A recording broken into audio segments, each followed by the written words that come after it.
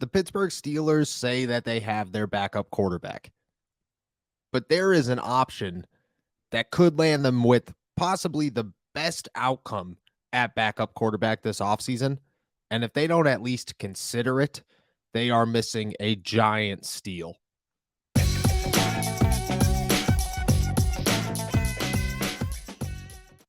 What's going on, everybody? I'm Noah Strackbine. Thank you for jumping on to Steelers to Go, your daily to-go cup of Pittsburgh Steelers news and analysis. Find us on youtube.com/All Steelers Talk and subscribe anywhere you get your podcasts. And today, I'm giving you guys a steal in the draft that I think is a steal for anybody, but for a team that has their quarterback, quote unquote, believes in Kenny Pickett, needs a backup, but also wants somebody that's a backup that they feel very reliable in, that they think has the ability to be a winner in the NFL. I don't think that's Mitch Trubisky, but I do think there's a name in the NFL draft that if the Steelers pass up on this guy, especially if he slides to where their sweet spot is, it's a huge missed opportunity. That name is Hendon Hooker. As of right now, Hendon Hooker is a guy that went from possibly a first-round pick, possibly the first pick in the draft, to sliding down the draft boards and is now considered somewhere in the middle of the late rounds, middle to late rounds. That's the perfect spot for the Pittsburgh Steelers. Because even if they want to tell themselves, oh, Mitch Trubisky is our guy, he's our backup quarterback in 2023, you still need somebody moving forward. And it's better to take a rookie and have 4 years where they're on a cheap deal than continue to go out and sign veterans. You got to look at it like, even if the Steelers went out and signed Josh Dobbs tomorrow, because that's a name everybody wants to toss out there is Josh Dobbs, then they're still paying at bare minimum, veteran minimum money, which is going to bring them to about $1 million.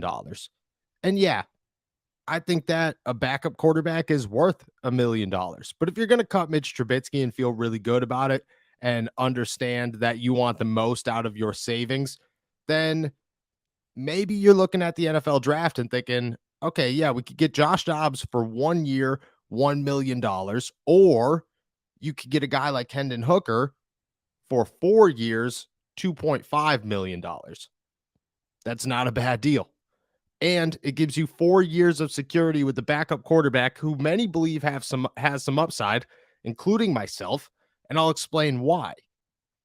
I don't know what it is about Hendon Hooker these days that people are just overlooking. Maybe it is the fact that he did tear his ACL 11 games into the season, and because of that, there's some question marks. Everybody's going to be worried, oh, well, what's his athleticism going to be like? How long does he need to recover? It's already a questionable quarterback class, this and that. Here's the big thing. Hendon Hooker is a guy that played 2 seasons at Tennessee. In those 2 seasons, he threw nearly 60 touchdowns, 58 touchdowns, and 5 interceptions. Last year, he threw for 3,100 yards. The year before that, he threw for 2,900. His career completion percentage is 66.9 in 5 years in college football. People act like this guy's just always athletic. He could run the football. He could. And I think that's huge. And I think that for the Pittsburgh Steelers specifically, you don't want a backup quarterback that isn't able to run the football. In fact, you'd rather have one that's more athletic than he has the ability to throw the football. Because, yeah, you want a guy to come in there. You want a guy to be able to lead a team to victory. I agree wholeheartedly. And if you stand in the pocket, chances are you're going to lead a team to victory more times than if you're just taking off every time. Example, the Baltimore Ravens. That being said, whoever comes in here is not coming in on a planned schedule, is not going to make a start in a moment where they feel prepped or, oh, this is my game because we continue to go over my playbook. No, it's a guy that's going to walk in here, spur of the moment, middle of the game, most likely, step in for Kenny Pickett and be looked at to either recover from whatever drought the Steelers are in or continue to provide enough insurance to win a football game. That's not a guy that you want to be one-dimensional. You want a guy to come in here, be able to run the football and escape the pocket when needed, make plays, even if it's enough plays. If this guy could run for a first down every 3 plays, you win the football game. That's what you're looking for. And to add splash playability, I mean, that's huge. And Hendon Hooker has plenty of splash playability. I mean, this guy was looked at as a Heisman favorite when he tore his ACL. Tennessee was currently sitting number 1 in the nation. They just beat Georgia. He's got wins over Alabama. This guy knows how to win. He knows how to win against big games or against big teams and big games against names that are all across the NFL. I mean, Georgia's defense is a walking, breathing NFL defense, and Hendon Hooker made sure that they won that football game. They run plenty of options at Tennessee, so he knows how to run the option and make those smart decisions. That's not going to be a big, oh my gosh, what do I do in this moment? If the Steelers ever decided to go there.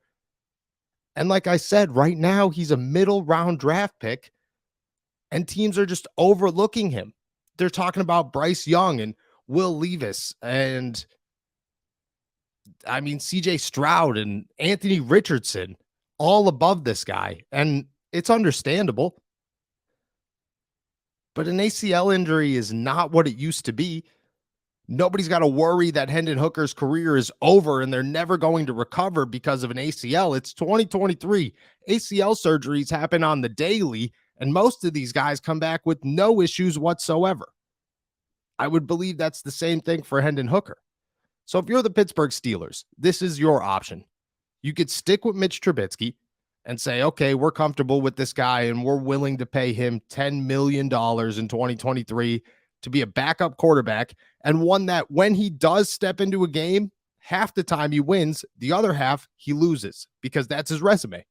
You look at Mitch Trubisky in Pittsburgh, he stepped in twice in the middle of a game.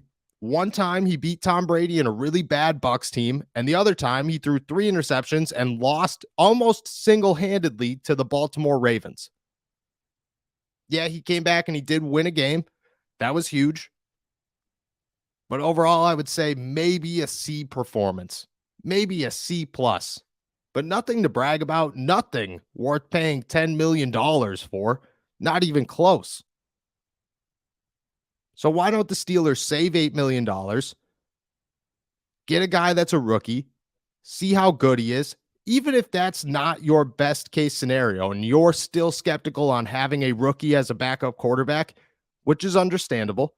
Then you go out and you get a guy like Josh Dobbs, or you get a guy that's going to be $2 million.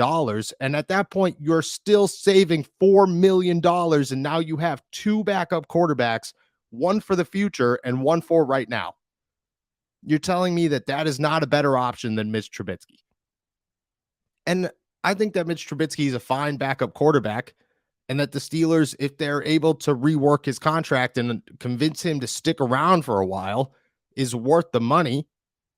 At least it's as long as it's some money and not $10 million. But I think that there are such higher potential options, and that if you're the Pittsburgh Steelers and worst case scenario happens and Kenny Pickett doesn't work out, you don't want to be back to step one. You don't want Mitch Trubisky to be your backup plan. If Kenny Pickett, for some reason, just isn't the guy in year 2, why not have a mid-round quarterback to say, okay, you could step in and we'll see how you play? And Hendon Hooker is a guy that has first-round potential who's sliding to the middle of the rounds. And then you talk about the draft compensation. Oh, well, the Steelers need all these things. They do. They need so many things. Good thing free agency is before the NFL draft, because I would imagine that they secure a lot of these holes in free agency.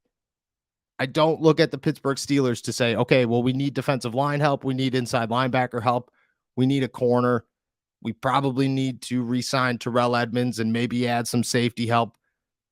You know, we need depth at the offensive line. We need a slot wide receiver. We need a backup tight end, and just say, yeah, we'll get all that in the NFL draft. I don't think that's going to happen.